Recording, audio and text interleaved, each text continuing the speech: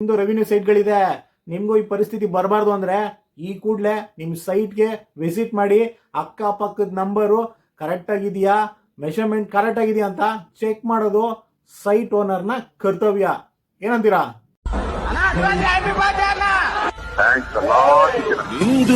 ಇದು ಕತೆ. ರಿಯಲ್ ಅನ್ಕೊಂಡ್ರೆ ರಿಯಲ್, ರೀಲ್ ಅನ್ಕೊಂಡ್ರೆ ರೀಲು. ಬಟ್ ಮಾಹಿತಿ ಮಾತ್ರ 100% ರೀಲ್ ಆಗೇ ಇರುತ್ತೆ. ಯಾಕಂದ್ರೆ ರಿಯಲ್ ಹೇಳಕ್ ಆಗಲ್ಲ.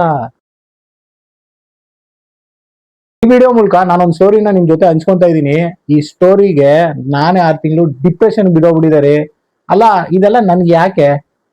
ಒಬ್ರಿಗೆ ಒಳ್ಳೇದ್ ಮಾಡೋದು ತಪ್ಪ, ಅಥವಾ ಸುತ್ತಿ ಬಂದು ನಾನ್ ಬುಡಕ್ಕೆ ಎಲ್ಲ ಬರುತ್ತಲ್ಲ? ಯಾರಿಗೂ ಒಳ್ಳೇದೇ ಮಾಡಬಾರ್ದಾ? ಒಳ್ಳೆ ಮಾಹಿತಿಗಳನ್ನ ತಿಳಿಸ್ಬಾರ್ದಾ? ಒಳ್ಳೆ ಸಜೆಷನ್ಗಳನ್ನ ಕೊಡಬಾರ್ದಾ ಅನ್ಸ್ಬಿಟ್ಟಿದೆ.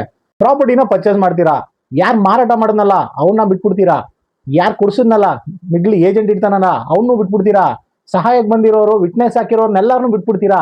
ಈ ಲೀಗಲ್ ಮಾಹಿತಿ, ಲೀಗಲ್ ಇನ್ಫಾರ್ಮೇಶನ್, ಡಾಕ್ಯುಮೆಂಟ್ ಬಗ್ಗೆ ಹೇಳಿರೋರ್ನ ಹಾಕೊಂಡು ಹಿಂಗೆಲ್ಲ ರುಬ್ತಾರೆ ಅಂತ ನನ್ಗೂ ಗೊತ್ತಿರ್ಲಿಲ್ಲ. ನಾನೇ ಹಲವಾರು ವಿಡಿಯೋಗಳ ಮೂಲಕ ನಿಮ್ ಜೊತೆ ಹಂಚ್ಕೊಂಡಿದೀನಿ.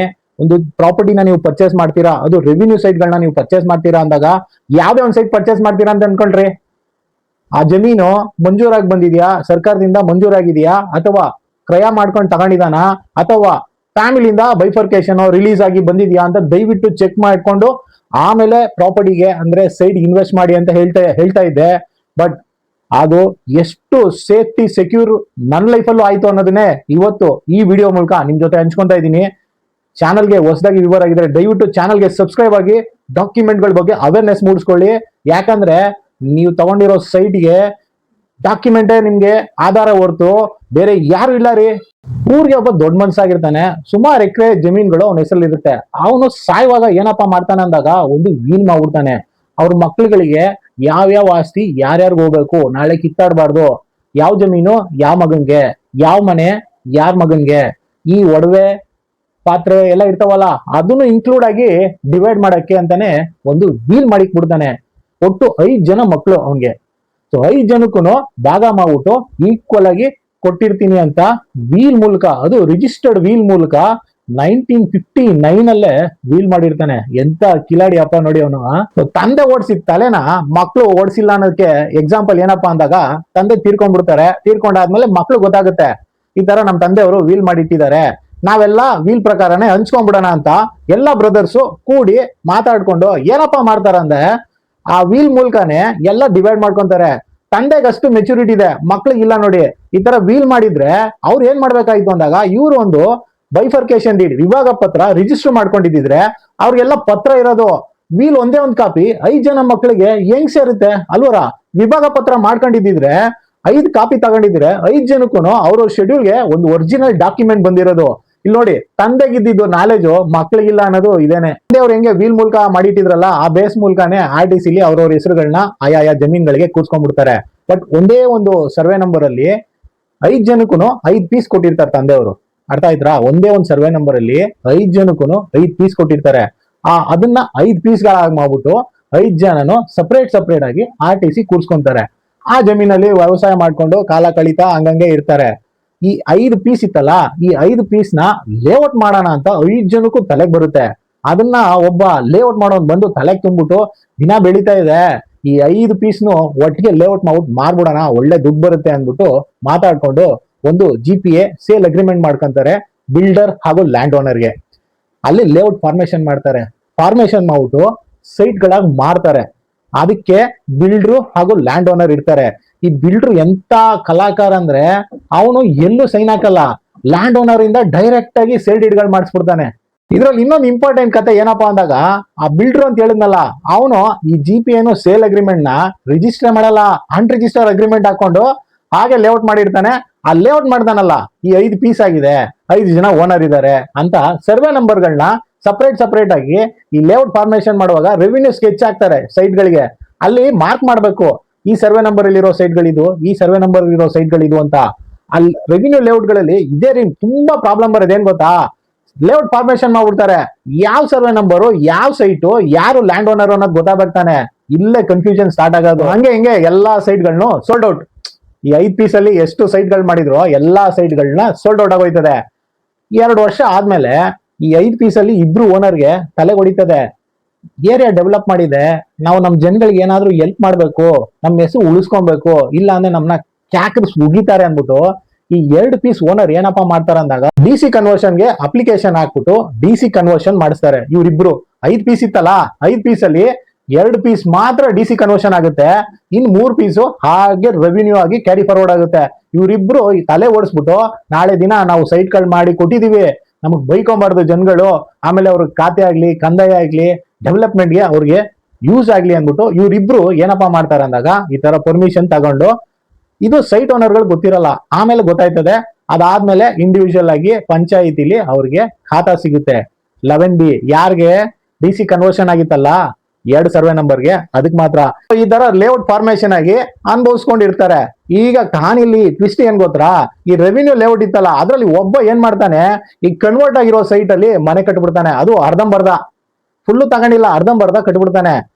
ಏನಕ್ಕೆ ಅಂದಾಗ ಅಲ್ಲಿ ನಂಬರ್ಗಳೆಲ್ಲ ಅಳಿಸೋಗ್ಬಿಟ್ಟಿದಾವೆ, 10-12 ವರ್ಷ ಆಗ್ಬಿಟ್ಟಿದೆ, ಯಾರಿಗೂ ನಂಬರ್ಗಳು ಗೊತ್ತಿಲ್ಲ. ಎಷ್ಟೋ ಜನಕ್ಕೆ ಲೇಔಟ್ ಪ್ಲಾನ್ ಇಲ್ಲ, ಯಾಕಂದ್ರೆ ಅದು ರೆವಿನ್ಯೂ ಲೇಔಟ್ ಪ್ಲಾನ್, ಬರೀ ಸೈಟ್ಗಳು ಮಾಡಿ ಮಾರುವಾಗ ಆ ತರ ಪ್ಲಾನ್ ಮಾಡಿರ್ತಾರೆ, ಯಾವುದೇ ತರ ರಿಜಿಸ್ಟರ್ಡ್ ರೆಕಾರ್ಡ್ಗಳಿರಲ್ಲ.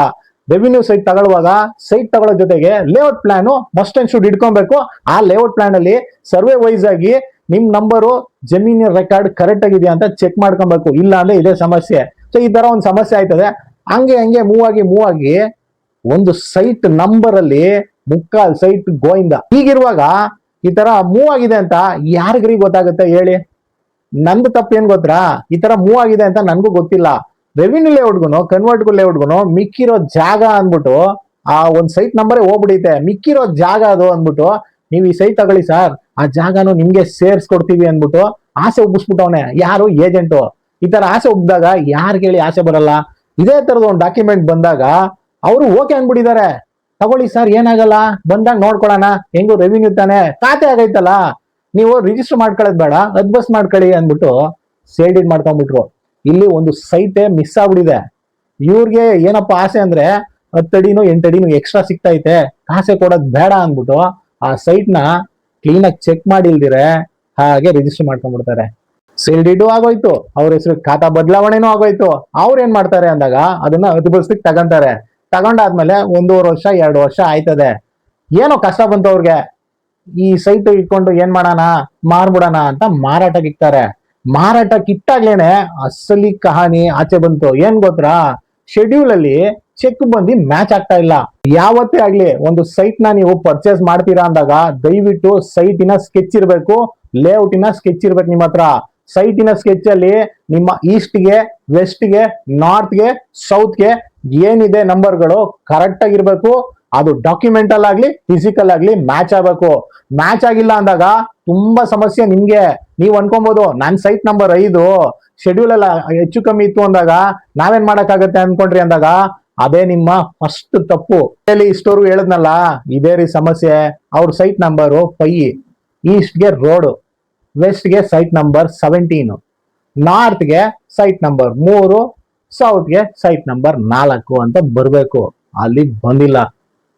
ಏನಕ್ಕೆ ಅಂದಾಗ ಚೆಕ್ ಮಾಡಿದಾಗ 2 ಸರ್ವೆ ನಂಬರ್ಗಳಲ್ಲಿ ಮಿಡ್ಲಲ್ಲಿ ಇವ್ರದ್ದು ಸೈಟ್ ಬಂದಿದೆ. ಈ ಕಡೆ ರೆವಿನ್ಯೂ ಲೇಔಟ್, ಈ ಕಡೆ ಕನ್ವರ್ಟ್ ಆಗಿರೋದು. ಈ ಇಬ್ರು ಅಂತ ಹೇಳಿದ್ನಲ್ಲ ಕನ್ವರ್ಟ್ ಮಾಡೋರಲ್ಲ, ಅದರಲ್ಲಿ ಮೂಲೆ ನಿವೇಶನ ಕೊನೆಯ ಸೈಟು ಕನ್ವರ್ಟ್ ಆಗಿರೋದು ಇವ್ರದಾಗಿರುತ್ತೆ. ಅದರಲ್ಲಿ ಆ ಕಡೆ ರೆವಿನ್ಯೂ ಲೇಔಟ್ ಅವನು ಹೇಳ್ಕೊಂಬಂದ್ಬಿಟ್ಟವನೆ, ಇಲ್ಲಿ ಎಕ್ಸ್ಟ್ರಾ ಆಗೋಯ್ತು, ಒಂದು ಕನ್ವರ್ಟ್ ಆಗಿರೋ ಸೈಟ್ ನಂಬರೇ ಮಿಸ್ ಆಗೋಗಿದೆ.